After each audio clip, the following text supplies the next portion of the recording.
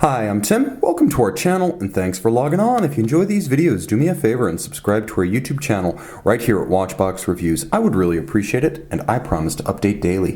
If you love this watch, you can see it and you can purchase it on our website, thewatchbox.com. Today, you're getting 2 for 1. You're getting a watch review and a matchmaking service. I've got your date and your guest for a night out on the town. This is the Reverso date. Launched in the late 1990s, phased out in the mid-2000s, a rarely seen complication with an even less common full white gold bracelet. White gold and white gold with a sensational black dial. This is a timepiece in the Grand Tie case that wears easily on the wrist.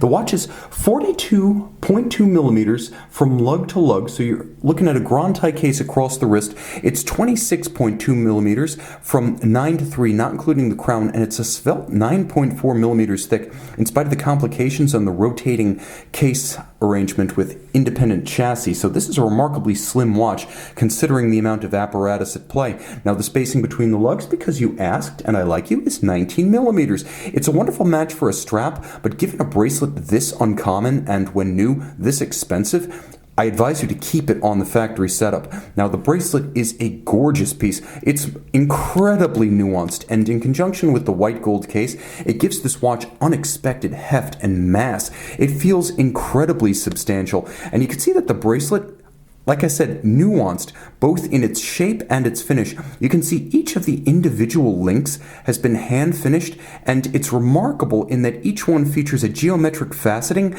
and compound curves. It's remarkably fluid and supple on the wrist. As you can see on the underside, there are plenty of gaps to avoid pinching skin, pulling hair, or trapping wrist heat. In profile, it's nice and slim. It has a cross section very much like a Rolex Oyster, but then you turn it flush to your vision and you realize this is nothing like a Rolex Oyster. It's almost like a set of cut gems arrayed along your wrist with the same twinkle, luster, and faceted glint and gleam. You can see JLC cut no corners here, white gold screws, no pins, no sleeves. This is the way a luxury bracelet should be made. And the clasp, of course, full of white gold, and you can see it as the JLC maker's mark. They made this part of the watch too. Close it, you can see the JLC mark on the outside. Twin deployant, so it's better for a small wrist. It won't pinch your wrist with the one big up and over fold of a single fold. Now, jumping back to the case, there is one more detail I want to highlight, which is the fact that this bracelet, although it's hard to see at first glance, but this bracelet does have a very gradual, subtle and beautiful taper. As you can see, it's not a straight band. It does diminish as it approaches the clasp. You can gain a tremendous insight in traditional metal craft simply by studying this watch. This is the way the Swiss did things old school.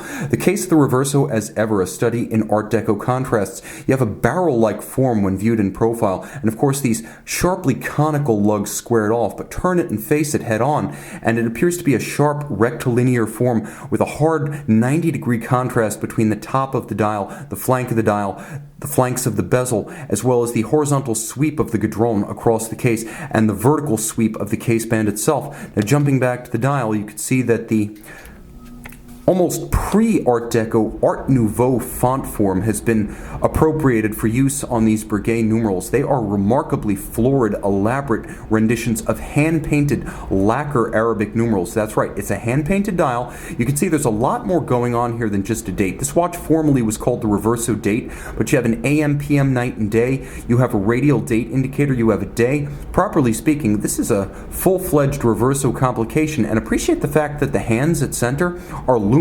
So if you are going to take this watch out for a night on the town, you're going to be able to tell the time. Manual wind, as ever, inside, Jaeger-LeCoultre caliber 835, 45-hour power reserve, manual wind. It features a 21,600 vibration per hour beat rate, and it is shaped and sized properly for the Grand Tie case, so the mark of a true manufacturer.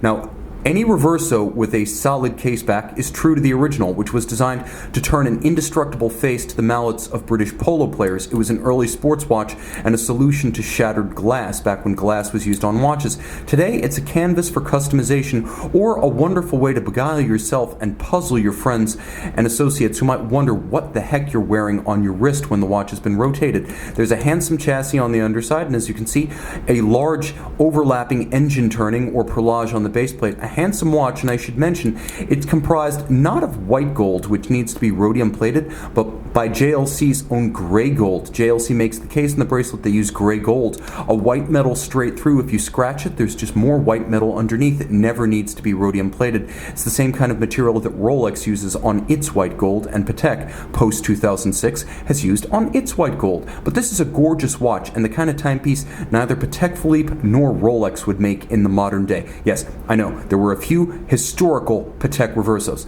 Don't break up my speech, I'm on a roll. This is the kind of watch that you can wear all the time. Handsome enough to wear with formal attire and sporty enough to wear when you are casual out on the town. This is the rarely seen and long discontinued Jaeger-LeCoultre Reverso date. The Reverso date is fully loomed. No curfew.